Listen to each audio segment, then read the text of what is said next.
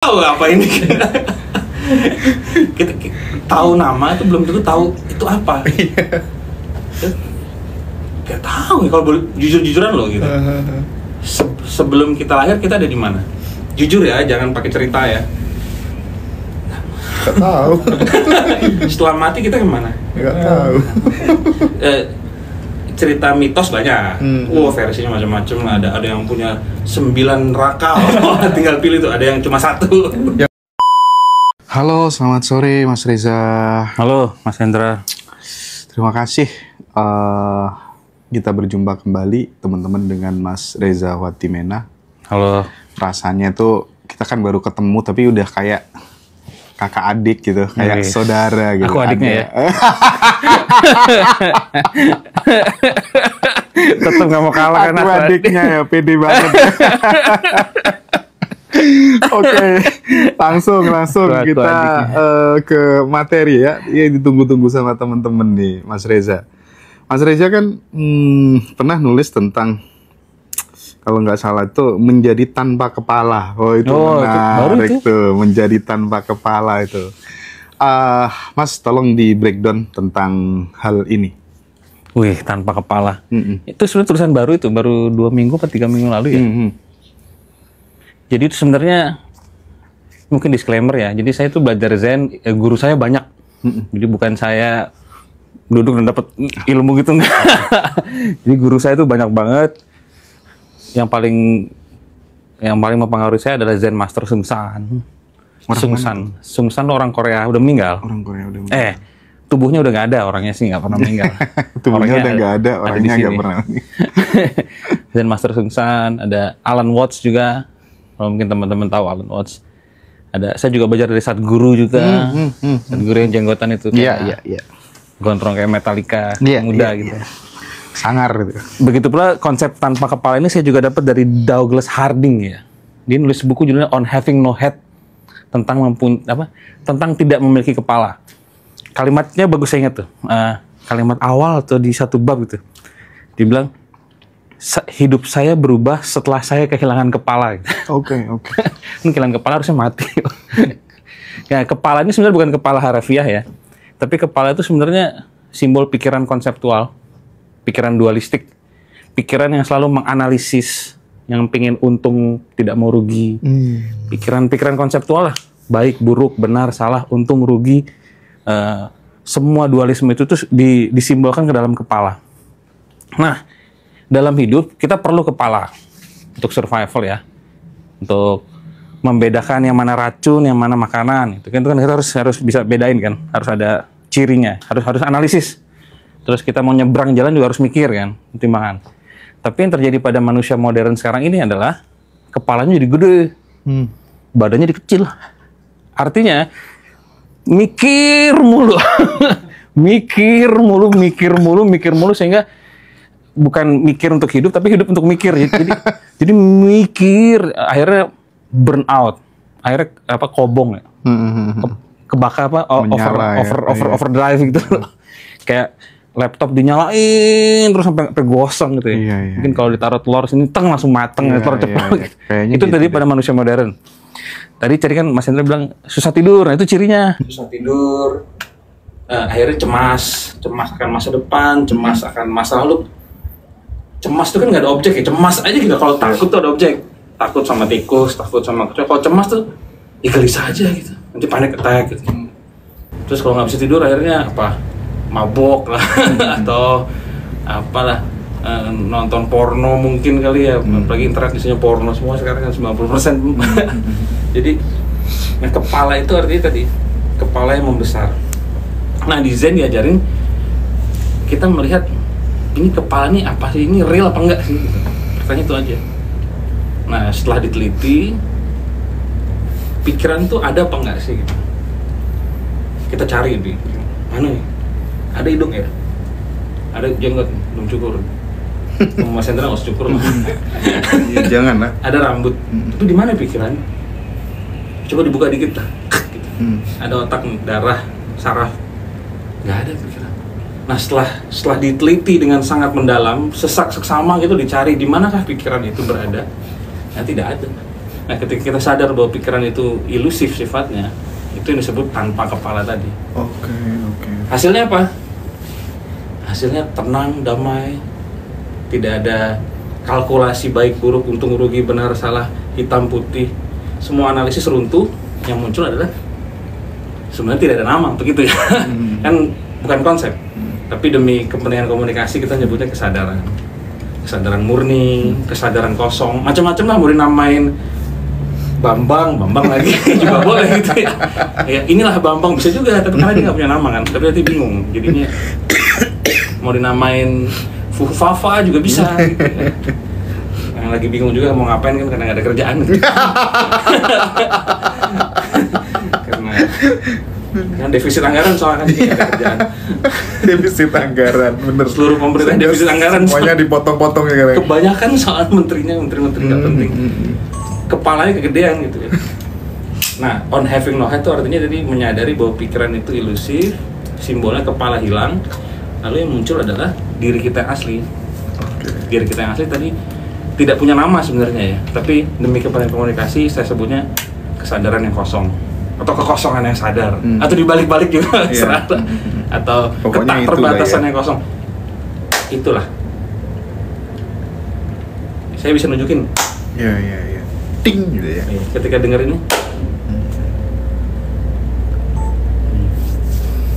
itu sebenarnya kalau mau ngomong apa itu zen, itu zen. Cuma kalau tadi saya gini kan, kita udah bayar nih, masih tepuk tangan doang. Kembalikan refund. Saya nggak pusing, yang pusing jelas. Ya, logistik nih mas bro. Gitu. Jadi apa tuh namanya, tentang kesadaran, tentang zen ini aku bagiku itu sesuatu yang baru Mas Reza. Tapi aku langsung baru untuk memulai mengalami. Tadinya kan hanya sekadar wacana aja, apa sih gitu. Aku dengan begini aja hidupku udah enjoy gitu kan. Aku mikirnya kan gitu. Tapi aku mencoba untuk pelan-pelan, oh iya ya, bener juga yang disampaikan ya oleh Mas Reza ya gitu kan. Kita itu kadang punya yang namanya ambisi, punya yang namanya cita-cita, tapi ya itu tadi, pikiran kita penuh dengan tujuan, dengan impian gitu. Tapi kita untuk mendapatkan sebuah kebebasan, kedamaian, tidur yang nyenyak, ya kan, itu tidak semua orang dapat, tidak semua orang bisa mengalami. Nah, hadirnya Mas Reza Watimena di Ngaji Roso, saya berharap menjadi tidur nyenyak ya. Jembatan biar teman-teman bisa tidur nyenyak gitu ya. Tidur nyenyak bersama Ngaji Roso. Oke. Nah, beda ngomong. Sorry kepotong. Kacau Mas Reza ini. Dikasih es jeruk ini. Nah, selipin sepatu deh. Nanti kalau misalnya harus membaca buku Jantung Hati Zen yang jumlahnya sampai hampir 1000 halaman itu kan kadang juga nggak semua orang punya waktu gitu kan. Satu, yang kedua, nggak semua orang suka sama membaca. Kadang karena kita ini seolah-olah pengen kan transformasi knowledge, semua buku kita beli. Tapi waktu untuk membaca kadang kita males dan lain sebagainya gitu ya. Nah, kita nanti ada acara Jantung Hati Zen, itu ada acara webinar gitu ya. Tanggal berapa 15, Mas? Ingat nggak? 15 ya, tanggal 15 Februari. Jadi di acara Zoom dengan Mas Reza nanti, aku pengen Mas Reza coba nge-breakdown kisi-kisinya ya. Kisi-kisinya nanti apa yang mungkin akan bisa didapatkan teman-teman untuk setelah mengikuti acara tersebut gitu, Mas Reza. Oh, kisi-kisi sekarang? Iya dong, kisi-kisi aja gitu, biar teman-teman punya, oke, ini kayak yang aku cari ya, biar bisa tidur nyenyak gitu ya. Aduh. Iya. Jadi saya tadi bilang sama Mas Reza, sebenarnya saya akan soft banget dalam seminarnya. Benar-benar pelan ngomong soal sedikit sejarah, biar tahu nih sejarah. Kita punya pengetahuan sejarah lah tentang apa itu Zen, perkembangannya. Lalu saya akan ngomong tokoh-tokoh besarnya. Jadi banyak story ya, banyak cerita ya, biar nggak bosan juga gitu ya. Cerita soal si A, si B, si C yang para Zen master hebat di masa lalu lah. Yang tubuhnya udah nggak ada, tapi isinya tidak pernah meninggal kan. Terus saya juga akan ngomong soal prinsip-prinsip dasar. Jadi kan Zen itu kan luas sekali ya, tapi dari keluasan itu ada beberapa hal yang jadi kayak fondasi itu, fondasi rumah itu. Ada 4 atau 5 poin gitu ya. Lalu setelah itu saya akan ngomong soal penerapan, bagaimana Zen ini bisa diterapkan dalam keseharian gitu. Dalam terutama orang-orang kayak kita inilah yang bekerja, punya banyak tanggung jawab, mungkin sandwich generation ya. Angkatan saya yang umur 17-an gitu. Agak delusional gitu. Angkatan saya yang umur 40-an ini kan sekarang sandwich generation, jadi ngurusin bapak ibu juga, ngurusin anak juga. Karena nyamping juga nih, udah sandwich generation, apa nyampingnya ada dressnya juga gitu, ngurusin ponakan juga, soal keuangan lah, soal tanggung jawab moral, itu gimana Zen bisa membantu orang-orang seperti itu gitu. Membantu supaya tidak bunuh diri, membantu supaya bisa lebih jernih, lebih tenang, lebih bisa tidur nyenyak ya. Tapi tidur tuh nggak bisa di ini juga sih, maksudnya nggak bisa dipastikan juga tidur nyenyak ya. Yang pasti mungkin bisa beristirahat ya, karena beristirahat itu berbeda dengan tidur ya. Ada orang tidur tapi tetap capek, pernah ngerasain nggak sih? Iya. Tapi ada juga orang yang nggak perlu tidur tapi dia bisa resting. Saya nyebutnya beristirahat. Beristirahat dalam kesadaran, resting in awareness. Kalau saya nyebutnya ceria. Ceria itu artinya constantly, endlessly rest in awareness. Selalu dan selalu beristirahat dalam kesadaran, itu bisa dimanapun lagi nunggu gitu. Oke. Saya juga bisa nunggu lampu merah tuh. Nunggu lampu merah saya hening aja, mendengarkan suara mobil lewat. Bukan, heningnya kelamaan. Pas punya lampu hijau tidur ya. Aduh. Gak gitu. Jangan ditiru, tapi itu bahaya. Tadi baru soalnya yang sini kan saya gawat. Nih mau berwacana 3-4 jam, saya harus resting dulu. Biasa orang Jakarta telat sedetik aja udah dipaksa. Orang Surabaya kayaknya mungkin lebih sabar kali ya. Jadi teman-teman nanti lebih pada kita akan menemukan arti sejati dari penderitaan dan cara termudah untuk melampauinya, mengalami praktik Zen dalam laku kehidupan sehari-hari, penerapannya itu bagaimana gitu ya. Dan kita akan mempelajari metode menuju ya pembebasan yang hakiki. Prinsipnya teman-teman akan merasakan sebuah kenikmatan. Itu harapan secara idealnya acara ini kita bikin gitu ya, supaya kemudian kita bisa mengalami atau orang menyebutnya diri sejati apa, padahal itu tidak bisa dinamai gitu ya katanya orang yang seperti itu mengalami fase itu lebih nikmat, lebih besar nikmatnya ketimbang seks. Iya apa enggak sih? Belum pernah. Jangan gitu lah. Belum pernah seks. Belum pernah. Aduh. Jadi mungkin satu hal yang bisa dicatat nih, ini karena banyak orang salah paham ya memasuki dunia ini. Saya menyebutnya jalan kesadaran lah. Karena kalau spiritualitas itu nanti ya kata agak kotor ya. Udah kecampur-campur itu tuh loh apa? Mengubah rekening dengan kekuatan pikiran. Artinya akhirnya menurun, bukan nambah, kan mengubah kan. Atau apalah magic itu. Saya nyebut jalan kesadaran. Orang masuk kesadaran nih kayak ada ilusi bahwa dia akan nikmat dan bahagia. Sebenarnya kebahagiaan dan penderitaan itu sama, itu hanya pengalaman sementara. Jangan terpaku di situ. Itu datang dan pergi. Kadang bahagia, kadang menderita, kadang senang, kadang depresi. Ya itu selalu begitu. Tidak ada yang senang terus atau sedih terus, nggak ada.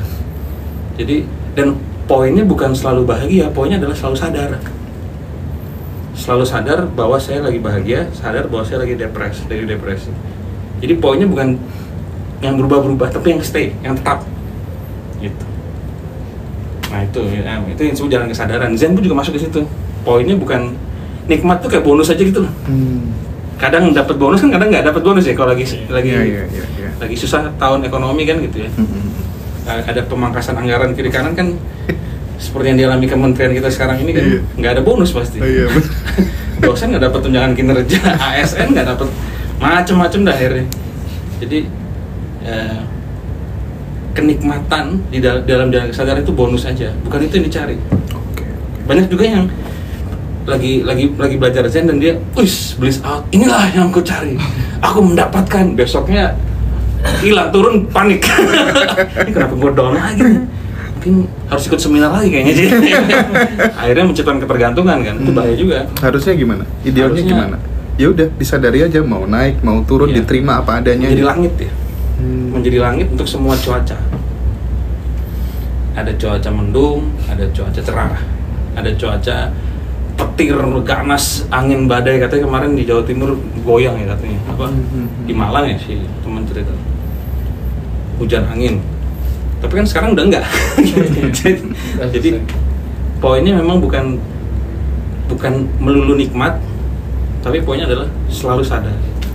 Seperti langit yang siap menampung semua cuaca. Seperti cermin yang siap menampung siapa yang ada contoh lagi mau denger? Seperti panci teflon. Panci teflon kan mau masak kayak apa, dia kan langsung bersih. Kalau panci bukan teflon kan masak telurnya nyangkut. Masak mie-nya nyangkut. Masak apa nyangkut semua. Baru ini panci teflon. Jadi Ngaji Rosa katanya jualan panci kan, produk baru kan? Produk teflon. Baru juga tuh kan. Teflon sadaran gitu. Tim marketing nanti tolong dikondisikan. Teflon. Jadi panci teflon itu kan panci kesadaran. Teman-teman yang suka masak ngerti lah, teflon tuh masak apa juga kasih air cuci selesai, bisa langsung bersih lagi gitu. Pokoknya itu. Fitrah kita itu emang. Iya, itu kodrat ya. Kodrat. Kondisi keadaan alamiah. Factory setting kalau di factory setting itu sebenarnya satu kesadaran. Kalau penderitaan atau kebahagiaan itu cuma aksesoris ya, ganti-ganti wallpaper gitu ya. Analoginya handphone sekarang. Aku pengen masuk ke ranah yang mungkin agak privat gitu. Aku tertarik dengan kehidupannya Mas Reza, kebersahajaannya gitu loh ya, bersahaja gitu loh. Nah Mas, bagaimana sih Mas Reza memandang hidup yang dikit-dikit harus sukses, ya kan? Target 100 juta per bulan udah kelewat misalnya. 250 juta per bulan udah kelewat, masih pengen lagi. Mobil udah, aset udah banyak, emas udah berkilo-kilo, tapi masih kurang. Pagar di laut akhirnya. Ini tuh mau ngapain lagi ya? Aset udah ribuan triliun, kita bikin pagar atau gimana Mas melihat kehidupan mainstream yang seperti itu? Tentu ini paradoks dengan value nilai-nilai yang diajarkan dalam Zen. Persis itu ya. Jadi kita ini sebenarnya sebagai masyarakat dunia ya, saya ngomongnya Indonesia, dunia itu kita kena cuci otak sebenarnya. Dari iklan-iklan kapitalisme ya, dari medsos, mungkin dari orang tua kita, dari guru kita gitu, bahwa hidup itu harus sukses, dan sukses itu artinya kaya. Kaya itu artinya kaya secara ekonomi. Mau gimana caranya gitu ya, mau korupsi, mau naruh paman di Mahkamah Konstitusi, mau apa, mau bikin pagar, pokoknya yang penting kaya. Nah itu cuci otak yang saya Mas ketawa dulu. Naruh paman di konstitusi, Mahkamah Konstitusi. Paman siapa tuh yang di Mahkamah Konstitusi? Kan heran kita ya, Mahkamah Konstitusi yang terhormat, simbol penjaga undang-undang dan dasar negara, selipin paman. Dan jadilah Fufu Fafa efek. Fufu Fafa efek. Aduh. Sekarang bingung dia mau ngapain. Kita juga bingung, yang bayar pajaknya juga bingung kan. Iya, bener ya. Buat ini gitu ya sudah. Lanjut. Sampai mana tadi kita? Kan agak paradoks ya. Sukses. Jadi itu sebenarnya cuci otak, brainwash ya. Dan itu ujungnya cuma satu, penderitaan. Nih, kalau kita suksesnya hanya disempitkan secara ekonomi ya. Kalau kita berhasil kita menderita, kalau kita gagal kita menderita. Jadi serba salah. Iya. Kalau kita berhasil kita haus, lapar, pengen lagi. Itu ada analogi bagus tuh di tradisi Asia, seperti meminum air laut. Jadi orang yang nggak pernah puas itu seperti minum air laut. Minum air laut tuh rasanya asin kan? Iya. Makin minum makin aus, makin minum air serba salah, akhirnya bikin pagar di laut. Pagar laut. Iya kan? Supaya dia bisa minum di situ. karena yang galonan udah nggak mempan, harus air laut. Aduh. Diundang lah yang bikin pagar. Jadi narasumber. Guan. Iya sih bapak itu. Lucu kan kayaknya bapaknya deh. Kalau diajak ngobrol gitu. Oh iya balik. Tapi kalau nggak dapat, misalnya nggak berhasil gitu ya, sudah belajar, sudah bekerja, tetap hidupnya tidak kaya secara ekonomi gitu. Akhirnya menderita karena dia merasa rendah diri. Jadi ujung-ujungnya ini semua adalah penderitaan. Nah, mestinya gimana? Ya kita harus berpikir kritis. Kita berpikir kritis tentang apa arti sukses yang sesungguhnya, yang sejati.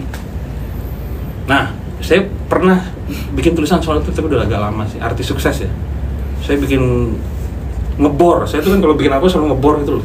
Pengen tahu apa sih yang sukses yang tertinggi itu apa? Oke. Uang tuh paling rendah lah. Lalu ada yang apa? Sukses mendapat pengakuan masyarakat. Mungkin nggak kaya tapi dia dikenal sebagai orang baik. Oke. Tapi itu juga nggak cukup karena jadi jumawa kadang-kadang. Orang baik loh. Tiap hari nyumbang aja. Ujung-ujungnya jadi pilek yang apa? Caleg. Iya. Atau apa? Kalau di Indonesia secara agama gitu ya, dapat pengakuan, wah dia ada gelarnya sekarang gitu kan. Ada nambah gitu ya. Terhormat. Tapi itu juga semu juga karena sekali ujung-ujungnya kesombongan ya. Dan ego dan ujung-ujungnya penderitaan lagi. Lalu saya masuk ke dalam tradisi filsafat itu kan. Kalau kita ngomong filsafat Eropa gitu, tujuan hidup tertinggi adalah eudaimonia kata Aristoteles. Kebahagiaan tertinggi, kebahagiaan yang pada dirinya sendiri gitu loh, yang tidak perlu apapun selain itu gitu. Eudaimonia. Tapi eudaimonia itu terkait dengan keutamaan. Iya. Itu tema lain lah ya. Karena itu nggak ada hubungan dengan Zen. Nah, kalau kita nengok ke Asia, sukses tertinggi adalah memahami siapa diri kita yang sebenarnya. Itu udah paling tinggi. Itu udah mentok, sementok-mentoknya itu, di atas itu nggak ada. Memahami bahwa kita lahir ini, tujuan kita yang tertinggi selain tadi ya, cari makan, ya baiklah sama lingkungan lah, walaupun tidak dianggap suci, tapi setidaknya nggak saling membunuh gitu. Tujuan tertinggi adalah memahami kita ini siapa. Nah, menariknya filsafat Yunani juga punya pola yang sama, disebutnya gnotiseuton. Teman-teman udah pada tahu gnotiseuton. Kenalilah dirimu sendiri. Kalau di tradisi Sufi itu kenalilah dirimu sendiri, kamu akan mengenal Tuhanmu gitu ya. Ya arahnya kurang lebih sama lah. Bahwa ini lihat ke dalam, temukan bahwa ada sesuatu yang tak terbatas di sini gitu. Bukan di sana. Bukan di uang, bukan di kekuasaan, bukan di laut, bukan di jabatan kepresidenan tapi ada di sini. Ini yang paling tinggi. Dan saya kan mikir kalau udah tahu yang paling, ngapain ngejar yang cemen-cemen lagi kan, kita langsung ngejar yang paling tinggi lah gitu kan. Kita udah tahu yang paling tinggi apa, ngapain ngejar yang cemen-cemen lagi. Jadi kita memahami, mengenali siapa kita sebenarnya. Lalu pertanyaan lagi, siapa kita sebenarnya? Itu udah sering dijawab masih di sini. Yang pasti bukan identitas sosial. Bukan kayak saya ini bukan Reza tuh cuma kata yang ditempelkan oleh emak saya dulu sama bapak saya, ini namanya Reza loh, dikasih akte kelahiran, suruh bayar pajak akhirnya ujung-ujungnya. Dikasih agama, dikasih macam-macam. Tapi itu kan bukan saya. Juga bukan tubuh ya. Tubuh ini ganti-ganti ya. Dari saya kecil sampai sekarang kan semakin melebar ya, mau gimana juga. Mau diet kayak apa melebar ya setelah akhirnya. Ini karena Jack Daniels kayak gitu. Jack Daniels. Kayak ngefly kayak jelas. Iya. Terus ya tubuh ini berubah-ubah. Berarti bukan saya juga. pikiran, emosi juga ganti-ganti. Berarti bukan saya juga. Ada yang bilang tradisi Advaita Vedanta ya di India bilang saya sebenarnya adalah pengamat, pengamat murni. Tapi pengamat juga kadang hilang, nggak selalu mengamati. Iya, gitu. bener. Jadi bukan saya juga ngebor paling dalam ya akhirnya sampai ke diskusi kita dulu ya. Kita ini adalah kesadaran kosong yang murni data terbatas. Yang ini satu kata mungkin yang harus agak penting. Sebelum pikiran, kesadaran sebelum pikiran muncul. Itulah kamu. Itulah kamu, aku, Iya. dia dan ada semut mungkin di sini. Ada kecoa ada kayaknya ya. Kesadaran sebelum pikiran. Kesadaran muncul. sebelum pikiran. Itu khas Zen itu, khas pendekatan Zen. Pikiran. Karena kalau udah pikiran kan muncul konsep. Iya. Kalau ada konsep berarti ada aku, ada kamu. Ada Reza, ada Mas Hendra. Ada tikus, nggak ada tikus di sini, ada semut. Iya. Ada orang lain. Tapi kalau sebelum pikiran nggak ada Reza, nggak ada Mas Hendra, kita semua dibilang satu juga enggak, karena satu juga konsep. Dibilang berbeda juga enggak. Lalu ngapain dong? Jawaban paling bagus apa? Nggak tahu. Don't know. Tapi ini bukan don't know bego ya, tapi don't know karena kita tahu ini terbatas loh. Akal budi ini punya fungsi sampai titik tertentu, habis itu dia stop. Nah, setelah itu apa? Nggak tahu. Kalau mau jujur-jujuran ya, ini saya sempat ngomong sama temen, kalau kita boleh jujur-jujur, kita sebenarnya nggak tahu apa-apa loh. Nggak tahu. Blas nggak tahu apa-apa. Sok tahu ya. Kayak contoh ini apa? Gelas. Itu kan namanya doang, tapi ini apa? Dipikir dengan kasih nama kita udah tahu apa ini. Kita tahu nama itu belum tentu tahu itu apa. Gak tahu ya kalau boleh jujur-jujuran loh gitu. Sebelum kita lahir kita ada di mana? Jujur ya, jangan pakai cerita ya. Gak tahu. Setelah mati kita kemana? Gak tahu. Cerita mitos banyak. Versinya macam-macam. Ada yang punya 9 neraka. Tinggal pilih tuh. Ada yang cuma 1.